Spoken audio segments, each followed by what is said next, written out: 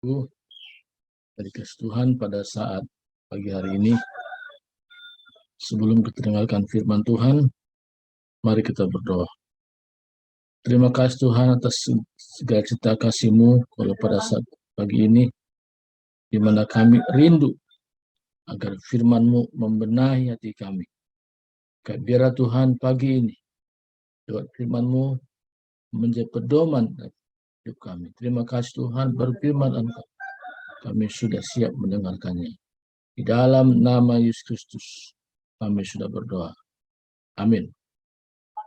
Dan hari ini kita belajar firman Tuhan dari surat Paulus kepada jemaat di Galatia. Kita baca dari ayat yang pertama sampai ayat yang kelima. Dan saya bacakan dari Paulus, seorang rasul, bukan karena manusia, juga bukan oleh seorang manusia, melainkan oleh Yesus Kristus dan Allah Bapa yang telah membangkitkan Dia dari antara orang mati, dan dari semua saudara yang ada bersama-sama dengan aku, kepada jemaat-jemaat di Galatia.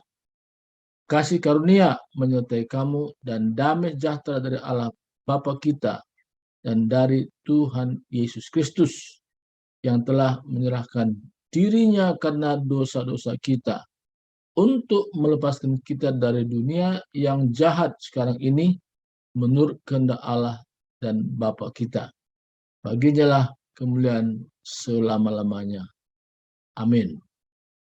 Dari ayat ini ada beberapa hal yang kita belajar, dan saya kasih tema tegar di masa yang sukar. Kenapa ada kata-kata di masa sukar? Karena setiap manusia pasti punya tantangan hidup. Tantangan hidup ini yang membuat kita menghadapi masa-masa yang sukar. Nah, dalam hal ini saya berikan akronim untuk kita memahami tegar di masa yang sukar ini dengan PIS. Nah, yang pertama, kita bisa tegar di masa sukar kalau kita punya semangat bagaikan api yang membara. Bukan sekedar semangat, tapi semangat bagaikan api yang membara. Dan semangat ini tentunya bukan berasal dari diri kita sendiri. Tentunya ini sebagai sebab dan akibat hubungan pribadi kita dengan Tuhan, sehingga kita mengalami semangat yang membara. Nah, jadi semangat membara ini sangat penting, karena ini dasar pertama untuk kita bisa tegar di masa yang sukar. Paulus dalam suratnya itu menjelaskan tentang jati dirinya, bahwa ada sekelompok orang meragukan tentang panggilannya, meragukan tentang dirinya sebagai seorang rasul. Maka surat ini menjelaskan kepada jemaat di Galatia agar mereka tetap kuat, mereka tidak bimbang, mereka tidak ragu. Bahkan Paulus tekankan karena dirinya seorang rasul, bukan karena manusia, bukan oleh seorang manusia, melainkan oleh Yesus Kristus. Nah, sikap seperti ini sangat penting juga kita miliki dalam hidup ini. Kadang-kadang perkataan orang bisa meragukan kita, membuat kita bimbang, membuat kita terombang-ambing. Tetapi yang membuat kita tegar ketika kita berpedoman apa perkataan Tuhan melalui diri kita, apa yang Tuhan nyatakan kepada diri kita, itu yang sesungguhnya yang membuat kita tidak ragu, membuat kita tidak bimbang, membuat kita tegar di masa-masa yang sukar ini.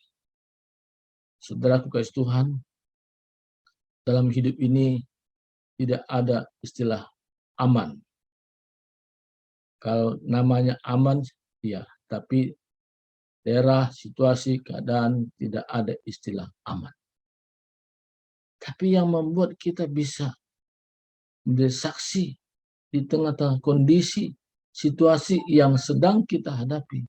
Pertama tadi, kita punya patience. Artinya roh kita, roh yang membara. Kita tidak terpengaruh dengan apa kata orang. Kita tidak mau jati diri kita dibangun oleh karena apa kata orang. Tapi kita terpengaruh dengan apa kata Tuhan melalui firman-Nya. Ini yang sangat penting. Ketika kita memahami rahasia ini, inilah dasar pertama kita menjadi orang yang tegar di masa yang sukar. Dasar yang kedua bagaimana? Yaitu integritas.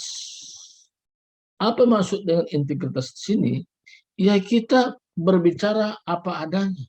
Tidak ada istilahnya kita tutup-tutupi. Tidak ada istilahnya ada dusta di antara kita. Tapi apa adanya kita ceritakan bahwa kita memang seperti itu.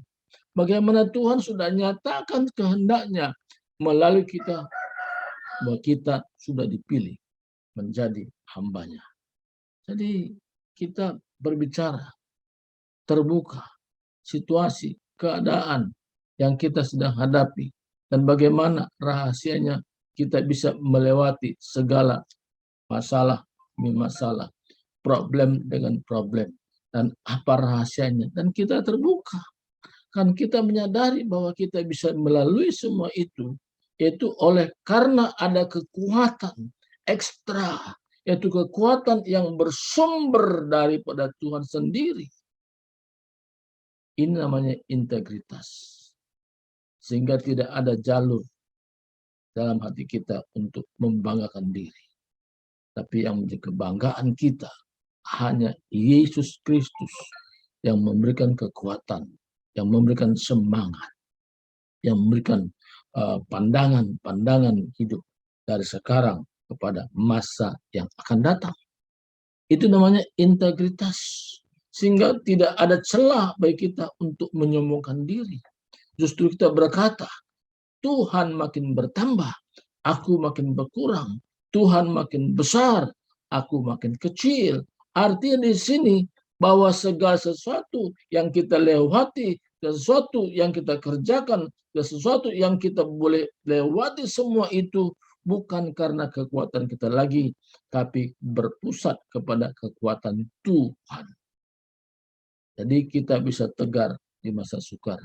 Tadi pertama, jati diri kita tidak dibangun oleh apa kata orang, tapi karena hubungan pribadi kita pada Tuhan, dan Tuhan nyatakan sesuatu yang untuk menjadi pegangan kita.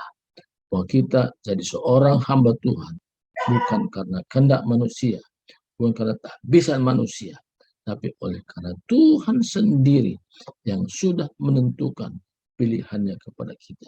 Yang kedua, kita berbicara apa adanya. Ada keterbukaan kita. Bagaimana rahasianya kita menjadi orang yang kuat.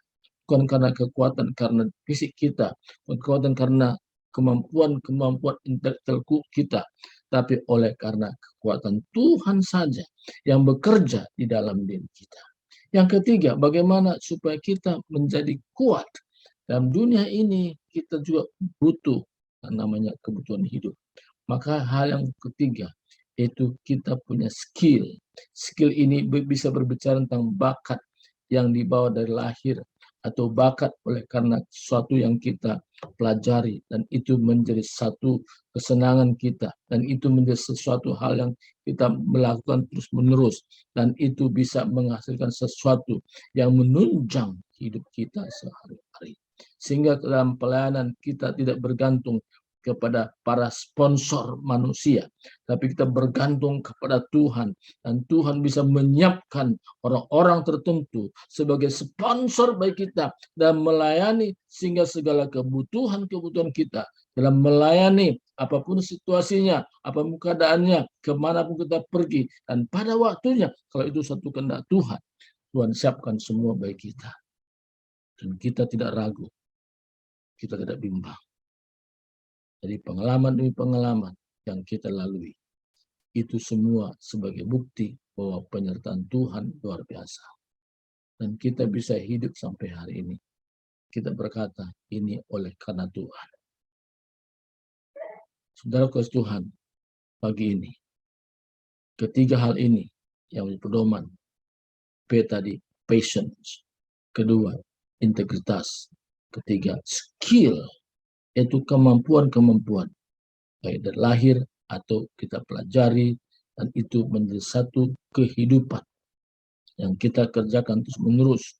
Menghasilkan sesuatu. Menunjang kita di dalam melayani. Sehingga kebutuhan-kebutuhan kita dalam melayani tidak bergantung kepada orang-orang tertentu. Tapi Tuhan punya cara khusus untuk memberkati hamba-hambanya yang serius dalam melayani. Sehingga pada akhirnya berkat Tuhan itu tetap mengalir. Berkat damai sejahtera, berkat sukacita. Itu menjadi bagian setiap orang yang sungguh-sungguh mengabdikan diri di dalam pelayanan. Tuhan memberkati adalah firman Tuhan hari ini. Kiranya firman Tuhan ini menjadi berkat, menjadi dorongan, membawa semangat bagi kita yang mendengarkannya hari ini. Sebelum saya akhiri, kita berdoa dulu. Bapa dalam surga, Bapa yang kami sembah dalam Yesus Kristus, hari ini hamba-Mu sudah selesai berbicara, menyampaikan kehendak-Mu, tetapi Tuhan Roh Kudus menjabarkan dalam hati kami masing-masing yang mendengarkannya hari ini, sehingga itu menjadi pedoman kami bagaimana kami hidup mengikuti jalan-jalan Tuhan, sehingga perkataan kami, tindakan kami, semuanya sesuai dengan maksud dan kehendak Tuhan. Kami semua menjadi berkat yang besar yang Tuhan kerjakan melalui kami. Tapi itu semua oleh karena kemurahan Tuhan semata-mata, bukan karena kami. Itu Tuhan yang berdaulat memberikan kemampuan bagi kami, sehingga kami bisa bersukacita apapun kondisi, apapun keadaan yang kami sedang hadapi. Tapi kami tidak mundur, tapi kami maju dan kami menyatakan tentang kekuatan Tuhan melimpah atas kami. Karena bersama Tuhan kami mampu mengerjakan perkara-perkara besar. Di luar Tuhan kami tidak mampu berbuat sesuatu. Tuhan, inilah kebenaran hari ini. Kami sudah renungkan dan pedoman kami sepanjang hari ini. Terima kasih Tuhan. Puji nama-Mu hari ini sampai selama-lamanya. Amin. Saya ucapkan buat kita semua selamat tahun baru, tahun 2022. Terima kasih. Amin.